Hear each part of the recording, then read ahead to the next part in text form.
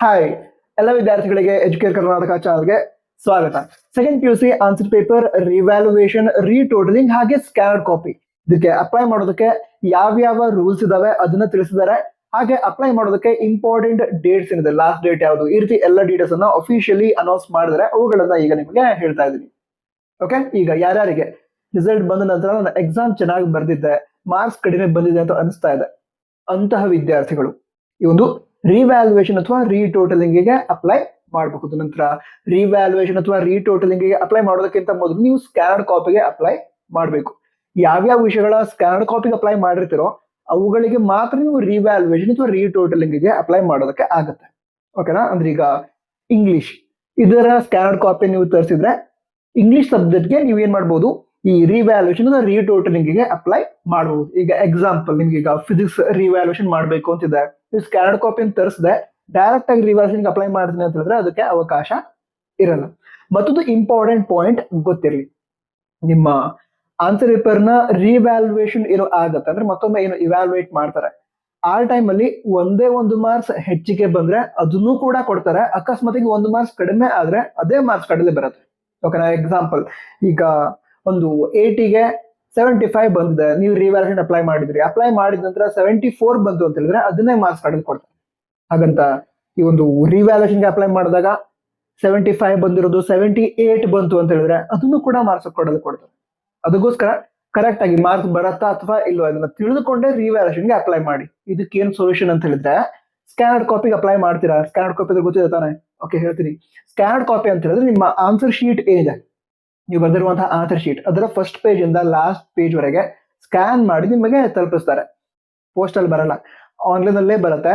ನೀವು ಅದನ್ನ ಡೌನ್ಲೋಡ್ ಮಾಡ್ಕೋಬೇಕು. ಮೊಬೈಲ್, ಲ್ಯಾಪ್ಟಾಪ್ ಇದ್ರೊಳಗಡೆ ಡಿವೈಸ್ ಒಳಗಡೆ ಡೌನ್ಲೋಡ್ ಮಾಡ್ಕೊಳ್ತೀರಾ. ಡೌನ್ಲೋಡ್ ಮಾಡ್ಕೊಂಡ ನಂತರ ನಿಮ್ಮ ಸಬ್ಜೆಕ್ಟ್ ಅನ್ನ ಟೀಚ್ ಮಾಡುವಂತ ಲೆಕ್ಚರರ್ಸ್ ಏನಿದ್ದಾರೆ, ಈಗ ಕೆಮಿಸ್ಟ್ರಿ ಆಗಿದ್ರೆ ಕೆಮಿಸ್ಟ್ರಿ, ಅಕೌಂಟೆನ್ಸಿ ಆಗಿದ್ರೆ ಅಕೌಂಟೆನ್ಸಿ, ಕನ್ನಡ ಆಗಿದ್ರೆ ಕನ್ನಡ, ಆ ಲೆಕ್ಚರರ್ಸ್ ಏನ್ ಮಾಡ್ತೀರಾ, ನಿಮ್ಮ ಆನ್ಸರ್ ಪೇಪರ್ ಅನ್ನ ತೋರಿಸಿ.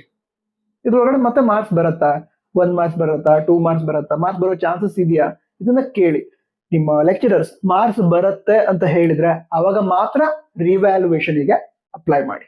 ಓಕೆ, ಡೈರೆಕ್ಟ್ ಆಗಿ ರಿವ್ಯಾಲ್ಯೂಯೇಷನ್ ಅಪ್ಲೈ ಮಾಡ್ಬಿಟ್ರಿ ಅಂದ್ರೆ ಸ್ಕ್ಯಾನ್ ಕಾಪಿ ಬಂತು ಅಪ್ಲೈ ಮಾಡ್ಬಿಟ್ಟು ಆ ರೀತಿ ಮಾಡೋದಕ್ಕೆ ಹೋಗ್ಬೇಡಿ. ಲೆಕ್ಚರರ್ಸ್ ಗೆ ತೋರಿಸ್ರಿ, ಅವ್ರು ಮಾರ್ಕ್ಸ್ ಬರುತ್ತೆ ಅಂತ ಹೇಳಿದ್ರೆ ಅಪ್ಲೈ ಮಾಡಿ. ಒಂದೇ ಒಂದು ಮಾರ್ಕ್ಸ್ ಹೆಚ್ಚಿಗೆ ಆದ್ರೂ ಕೂಡ ಕೊಡ್ತಾರೆ.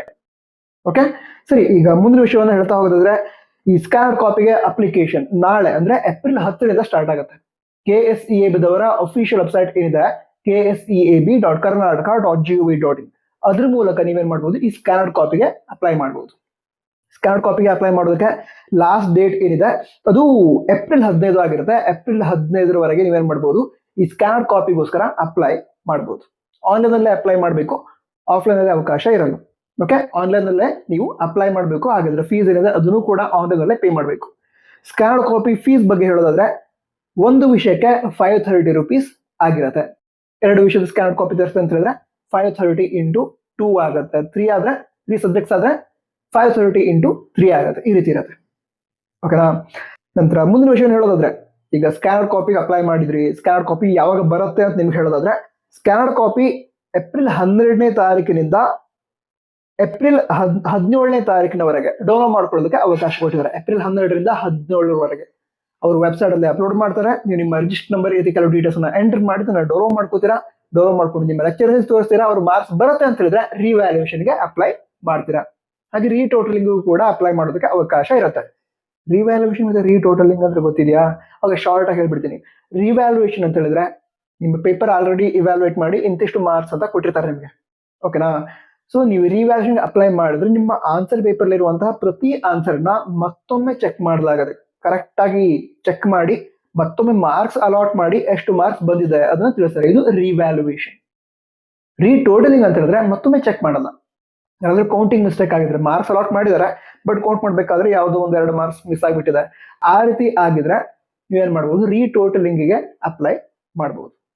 ಓಕೆ, ಸರಿ. ಹಾಗಿದ್ರೆ ಈ ಸ್ಕ್ಯಾನರ್ಡ್ ಕಾಪಿ ಬಂದ ನಂತರ ರಿವ್ಯಾಲ್ಯೂಯೇಷನ್ ಅಥವಾ ರೀಟೋಟಲಿಂಗ್ ಗೆ ಅಪ್ಲೈ ಮಾಡಬಹುದು. ಅದಕ್ಕೆ ಅಪ್ಲೈ ಮಾಡೋದಕ್ಕೆ ಯಾವಾಗಿನಿಂದ ಅವಕಾಶ ಇರುತ್ತೆ ಇದನ್ನ ಹೇಳೋದಾದ್ರೆ, ಏಪ್ರಿಲ್ 13ನೇ ತಾರೀಕಿನಿಂದ ಈ ರಿವ್ಯಾಲ್ಯೂಯೇಷನ್ ಅಥವಾ ರೀಟೋಟಲಿಂಗ್ ಗೆ ಅಪ್ಲೈ ಮಾಡೋದಕ್ಕೆ ಅವಕಾಶ ಇರುತ್ತೆ. ಅಪ್ಲೈ ಮಾಡೋದಕ್ಕೆ ಲಾಸ್ಟ್ ಡೇಟ್ ಏಪ್ರಿಲ್ 19 ಆಗಿರುತ್ತೆ. ಏಪ್ರಿಲ್ 19ರವರೆಗೆ ರಿವ್ಯಾಲ್ಯೂಯೇಷನ್ ಅಥವಾ ರೀಟೋಟಲಿಂಗ್ ಗೆ ಅಪ್ಲೈ ಮಾಡಬಹುದು. ಓಕೆ, ನಮ್ಮ ನಂತರ ಮತ್ತೊಂದು ವಿಷಯ ಕೂಡ ನಿಮ್ಗೆ ಗೊತ್ತಿರಲಿ. ಈಗ ನೀವು ಸ್ಕ್ಯಾನ್ ಕಾಪಿನ ತರಿಸಿದ್ದೀರಾ, ಸ್ಕ್ಯಾನ್ ಕಾಪಿ ತರಿಸಿದ ನಂತರ ನಿಮ್ಗೆ ಇದ್ರೊಳಗಡೆ ಮತ್ತೆ ಮಾರ್ಕ್ಸ್ ಬರಲ್ಲ.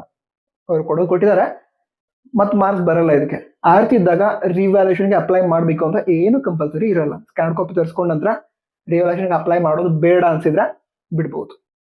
ಓಕೆ, ಬೇಕು ಅನ್ಸಿದ್ರೆ ಸ್ಕ್ಯಾನ್ ಕಾಪಿ ನೋಡಿದ್ರೆ ಓಕೆ ಮಾರ್ಕ್ಸ್ ಬರುತ್ತೆ ಇಲ್ಲಿ ಈಗ ಆ ರೀತಿ ಅನ್ಸಿದ್ರೆ ಏನ್ ಮಾಡ್ತೀರಾ, ರಿವ್ಯಾಲ್ಯೂಷನ್ಗೆ ಅಪ್ಲೈ ಮಾಡ್ತೀರಾ. ಓಕೆ, ನಂತರ ರಿವ್ಯಾಲ್ಯೂಷನ್ ಫೀಸ್ ಏನಿದೆ ಅದ್ರ ಬಗ್ಗೆ ನಿಮ್ಗೆ ಹೇಳೋದಾದ್ರೆ ಒಂದು ವಿಷಯಕ್ಕೆ 1670 ರೂಪಾಯಿ ಇರುತ್ತೆ. 1670 ರೂಪೀಸ್ ಫೀಸ್ ಒಂದು ಸಬ್ಜೆಕ್ಟ್ಗೆ. ಓಕೆ, ಈ ರೀತಿ ನಿಮ್ಗೆ ಯಾವ್ಯಾವ ವಿಷಯಗಳ ರಿವ್ಯಾಲ್ಯೂಷನ್ ಬೇಕೋ ಅದಕ್ಕೆ ಅಪ್ಲೈ ಮಾಡಬಹುದು. ರೀಟೋಟ್ಲಿಂಗ್ಗೆ ಫೀಸ್ ಇರಲ್ಲ. ನೀವು ಸ್ಕ್ಯಾನ್ ಕಾಪಿನ ತರಿಸ್ತೀರಾ, ಅದ್ರೊಳಗಡೆ ಕೌಂಟಿಂಗ್ ಮಿಸ್ಟೇಕ್ ಆಗಿದೆ ಅಂತಂದ್ರೆ ನೀವು ಏನ್ ಮಾಡ್ಬೋದು, ಡೈರೆಕ್ಟ್ ಆಗಿ ರೀಟೋಟಲಿಂಗ್ಗೆ ಅಪ್ಲೈ ಮಾಡಬಹುದು. ಅದಕ್ಕೆ ಏನು ಫೀಸ್ ಇರಲ್ಲ. ಅದ್ರ ಮತ್ತೊಂದು ಇಂಪಾರ್ಟೆಂಟ್ ಪಾಯಿಂಟ್ ಕೂಡ ಇದರಲ್ಲಿ ಮೆನ್ಷನ್ ಮಾಡಿದ್ದಾರೆ. ಏನಂತ ಹೇಳಿದ್ರೆ, ಯಾವ್ದಾದ್ರು ವಿದ್ಯಾರ್ಥಿಗಳು ಈಗ ಮಾರ್ಕ್ಸ್ ಜಾಸ್ತಿ ಬರತ್ತಾ ಅಂತ ಚೆಕ್ ಮಾಡ್ಬೇಕು ಅಂತ ಹೇಳಿದ್ರೆ ರಿವ್ಯಾಲ್ಯೂಷನ್ ಅಪ್ಲೈ ಮಾಡ್ಬೇಕಂತಿದ್ದಾರೆ. ಅಂತ ವಿದ್ಯಾರ್ಥಿಗಳು ಸ್ಕ್ಯಾನ್ ಕಾಪಿಗೆ ಅಪ್ಲೈ ಮಾಡಿ ಇಟ್ಕೋತೀರಾ.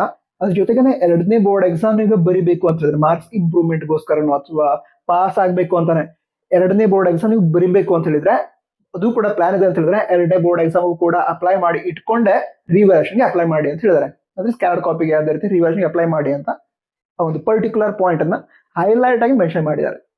ಓಕೆ, ಯಾಕಂದ್ರೆ ಗೊತ್ತಿರಲಿ ಕೆಲವು ವಿದ್ಯಾರ್ಥಿಗಳು ಕನ್ಫ್ಯೂಷನ್ ಮಾಡ್ಕೊಂಡ್ಬಿಡ್ತಾರೆ.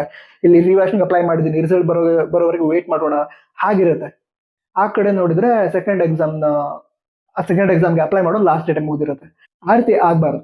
ಓಕೆ, ಅದ್ರ ಸಲುವಾಗಿ ನೀವು ರಿವ್ಯಾಲ್ಯೂಷನ್ ಅಪ್ಲೈ ಮಾಡ್ತಾ ಇದ್ದೀರಾ, ಮಾರ್ಕ್ಸ್ ಇಂಪ್ರೂವ್ಮೆಂಟ್ಗೆ 2ನೇ ಎಕ್ಸಾಮ್ ಕೂಡ ಬರೀಬೇಕು ಅಂತ ಹೇಳಿದ್ರೆ 2ನೇ ಬೋರ್ಡ್ ಎಕ್ಸಾಮ್ಗೂ ಕೂಡ ಅಪ್ಲೈ ಮಾಡಿ, ಈ ಕಡೆ ಸ್ಕ್ಯಾನ್ ಕಾಪಿ ಹಾಗೆ ರಿವ್ಯಾಲ್ಯೂಷನ್ ಕೂಡ ಅಪ್ಲೈ ಮಾಡಿ. ಎಲ್ಲಿ ಜಾಸ್ತಿ ಮಾರ್ಕ್ಸ್ ಬರುತ್ತೆ. ಓಕೆ, ನಂತರ ಮುಂದಿನ ವಿಷಯವನ್ನ ನಿಮಗೆ ಹೇಳೋದಾದ್ರೆ ಸ್ಕ್ಯಾನ್ ಕಾಪಿ ಬಗ್ಗೆ ಹೇಳಾಯ್ತು, ರಿವ್ಯಾಲ್ಯೂಷನ್ ಬಗ್ಗೆ ಹೇಳಾಯ್ತು, ಹಾಗೆ ರೀಟೋಟಲಿಂಗ್ ಬಗ್ಗೆ ಕೂಡ ಹೇಳಾಯ್ತು.